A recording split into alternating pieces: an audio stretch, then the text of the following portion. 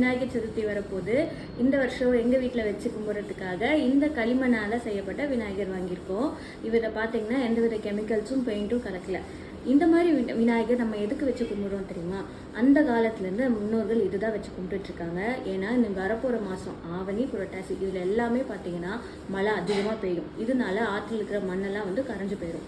நம்ம விநாயகர் சதுர்த்தி அப்போ விநாயகரை கொண்டு போய் அங்கே கரைக்கிறதுனால அங்கே மண்ணும் சேரும், மண் வளமும் அதிகமாகும். ஆனால் இப்போ நம்மலாம் என்ன பண்ணுறோம், ட்ரெண்டுங்கிற பேரில் விநாயகருக்கு நிறையா கெமிக்கல்ஸ் அண்ட் பெயிண்ட் எல்லாம் போட்டு அங்கே போய் அந்த தண்ணியை மாசுபடுத்தி வச்சிடறோம். முடிஞ்ச அளவுக்கு நம்ம இனிமேல் இந்த மாதிரி களிமண்ணால் செய்யப்பட்ட விநாயகர் வச்சு கும்பிட ட்ரை பண்ணலாம். இதை பற்றின உங்களோட கருத்துக்கள் ஏதாவது இருந்தால் கமெண்ட் செக்ஷனில் சொல்லுங்கள், நாங்களும் தெரிஞ்சுக்கிறோம். அனைவருக்கும் அட்வான்ஸ் விநாயகர் சதுர்த்தி நல்வாழ்த்துக்கள்.